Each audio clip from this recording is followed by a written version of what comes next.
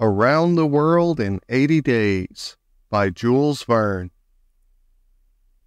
Chapter 10, in which Passepartout is only too glad to get off with the loss of his shoes.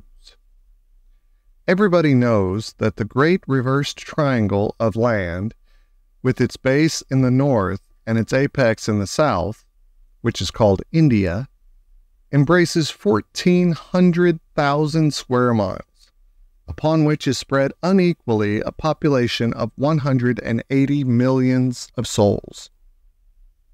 The British Crown exercises a real and despotic dominion over the larger portion of this vast country, and has a Governor-General stationed at Calcutta, governors at Madras, Bombay, and in Bengal, and a lieutenant governor at Agra. But British India, properly so called, only embraces 700,000 square miles, and a population of from 100 to 110 millions of inhabitants. A considerable portion of India is still free from British authority, and there are certain ferocious Rajas in the interior who are absolutely independent. The celebrated East India Company was all-powerful from 1756, when the English first gained a foothold on the spot where now stands the city of Madras, down to the time of the Great Sepoy Insurrection. It gradually annexed province after province, purchasing them of the native chiefs, whom it seldom paid, and appointed the Governor-General and his subordinates, civil and military. But the East India Company has now passed away, leaving the British possessions in India directly under the control of the Crown. The aspect of the country, as well as the manners and distinctions of race, is daily changing. Formerly one was obliged to travel in India by the old cumbrous methods of going on foot or on horseback. In palanquins, or unwieldy coaches, now fast steamboats ply on the Indus and the Ganges, and a great railway, with branch lines joining the main line at many points on its route, traverses the peninsula from Bombay to Calcutta in 3 days. This railway does not run in a direct line across India. The distance between Bombay and Calcutta, as the bird flies, is only from 1,000 to 1,100 miles. But the deflections of the road increase this distance by more than a third. The general route of the Great India Peninsula Railway is as follows.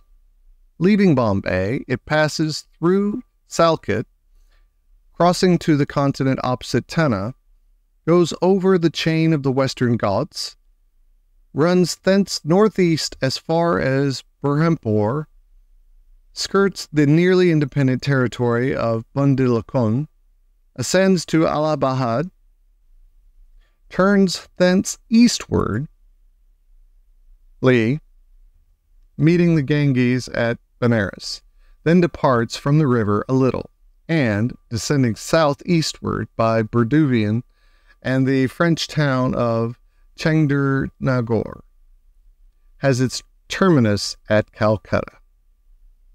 The passengers of the Mongolia went ashore at 4:30 p.m. At exactly 8, the train would start for Calcutta. Mr. Fogg, after bidding goodbye to his whist partners, left the steamer, gave his servant several errands to do, urged it upon him to be at the station promptly at 8, and, with his regular step, which beat to the second, like an astronomical clock, directed his steps to the passport office. As for the wonders of Bombay, its famous city hall, its splendid library, its forts and docks, its bazaars, mosques, synagogues, its Armenian churches, and the noble pagoda on Malabar Hill, with its 2 polygonal towers, he cared not a straw to see them. He would not deign to examine even the masterpieces of Elephanta or the mysterious hypogee concealed southeast from the docks, and those fine remains of Buddhist architecture, the Canarian grottos of the island of Salcete. Having transacted his business at the passport office, Phileas Fogg repaired quietly to the railway station, where he ordered dinner.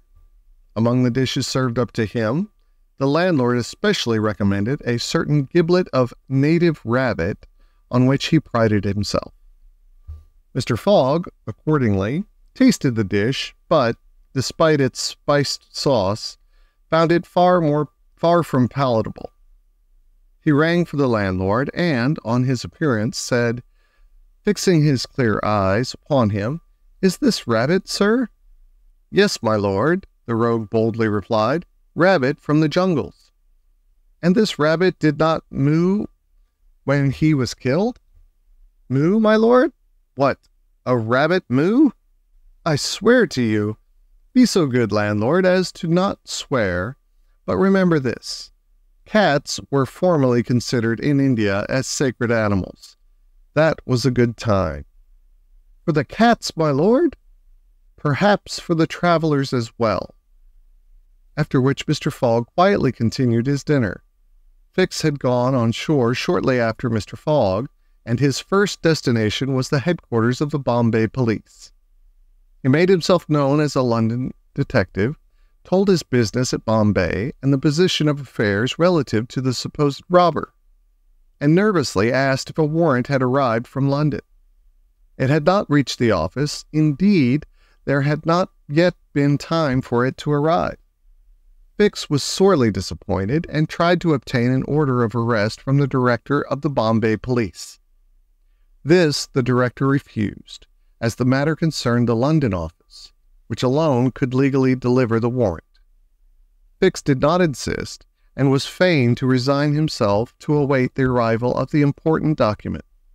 But he was determined not to lose sight of the mysterious rogue as long as he stayed in Bombay. He did not doubt for a moment, any more than Passepartout, that Phileas Fogg would remain there, at least until it was time for the warrant to arrive. Passepartout, however, had no sooner heard his master's orders on leaving the Mongolia than he saw at once that they were to leave Bombay as they had done Suez and Paris, and that the journey would be extended at least as far as Calcutta, and perhaps beyond that place. He began to ask himself if this bet that Mr. Fogg talked about was not really in good earnest, and whether his fate was not in truth forcing him, despite his love of repose, around the world in 80 days. Having purchased the usual quota of shirts and shoes, he took a leisurely promenade about the streets, where crowds of people of many nationalities, Europeans, Persians with pointed caps, Banyas with round turbans, Sindhis with square bonnets, Parsis with black mitres, the long-robed Armenians, were collected.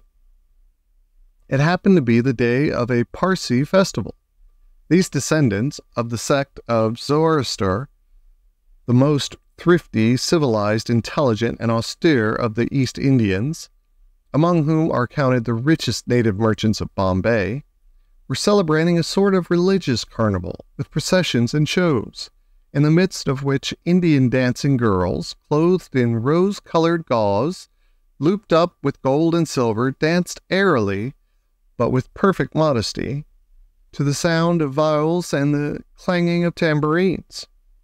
It is needless to say that Passepartout watched these curious ceremonies with staring eyes and gaping mouth, and that his countenance was that of the greenest booby imaginable.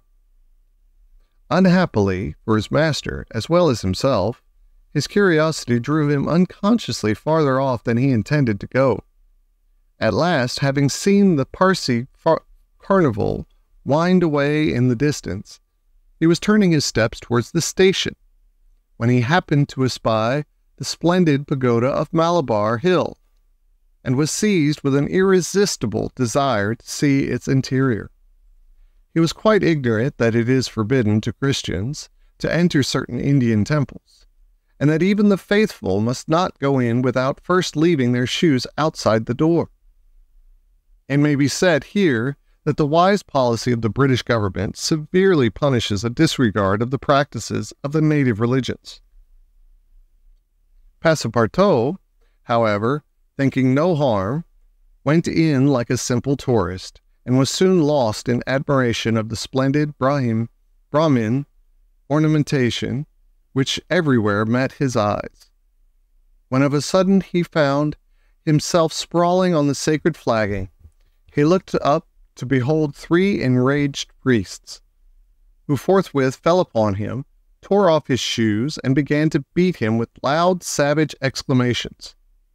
The agile Frenchman was soon upon his feet again, and lost no time in knocking down 2 of his long-gowned adversaries with his fists and a vigorous application of his toes. Then, rushing out of the pagoda as fast as his legs could carry him, he soon escaped the 3rd priest by mingling with the crowd in the streets. At 5 minutes before 8, Passepartout, hatless, shoeless, and having in the squabble lost his package of shirts and shoes, rushed breathlessly to the station. Fix, who had followed Mr. Fogg to the station, and saw that he was really going to leave Bombay, was there upon the platform. He had resolved to follow the supposed robber to Calcutta, and farther, if necessary. Passepartout did not observe the detective, who stood at an obscure corner, but Fix heard him relate his adventures in a few words to Mr. Fogg. "I hope that this will not happen again," said Phileas Fogg coldly, and he got into the train. Poor Passepartout, quite crestfallen, followed his master without a word. Fix was on the point of entering another carriage, when an idea struck him which induced him to alter his plan. "No, I'll stay," muttered he. "An offense has been committed on Indian soil. I've got my man." Just then the locomotive gave a sharp screech, and the train passed out into the darkness of the night.